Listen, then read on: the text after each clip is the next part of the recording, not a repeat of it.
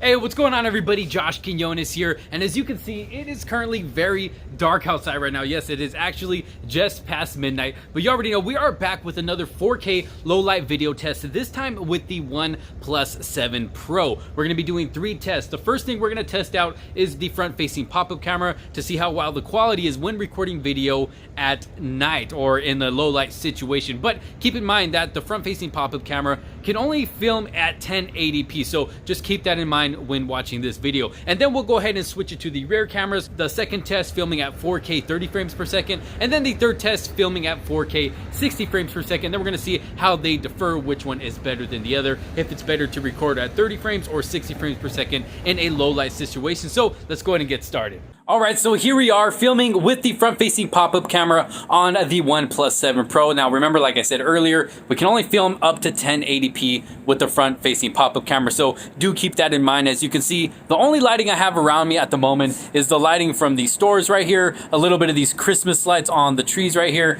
and then a couple of street lights right there as well. But for the most part, it is pretty dark. So this is just to give you an idea of what the quality is going to be like when filming using the front-facing camera, like I said, at 1080p. Also, let me know how my voice is coming through, the background sounds. Let me know how well the mics are picking up any of the sounds of myself and the sounds around me. But now I'm going into a little bit more of a lit up area so you can kind of see the difference of what the quality is going to be like if you're in more of a lit up low light situation. So here we go. Let me get a little bit of movement here, and we can also check out the video stabilization. Let me get a little bit of jogging going on here. Here we go.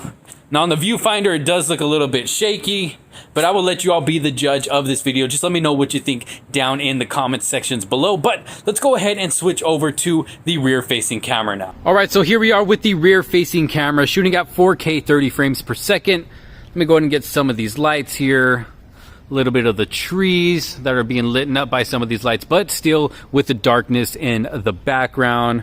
We got the floor with some leaves. Let's see how well it can pick up some of the detail here on the sidewalk, these bricks. Do keep in mind that I am not using a gimbal. I'm actually just using a small tripod, so we can actually see how well the stabilization is on this device. Now I'm going into a more of a darker area here.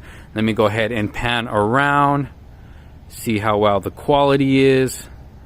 Not looking too bad in the viewfinder, but again, I won't know exactly until I go back and look at the footage. But like I said, leave your thoughts down below. So you can see it's a lot darker over there. If I try to stay as still as I can, it does pick it up a lot better than when I'm moving around.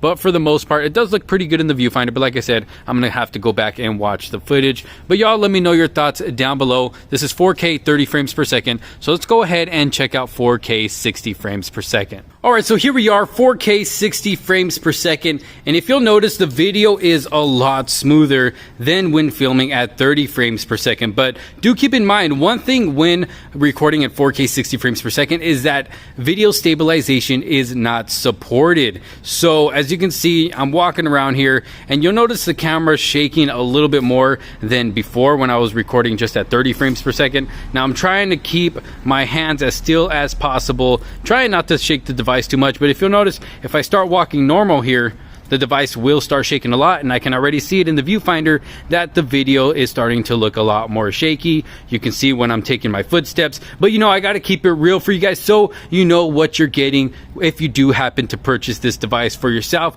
But now we are going into more of a darker area here, as you can see. Let me go ahead and pan around here.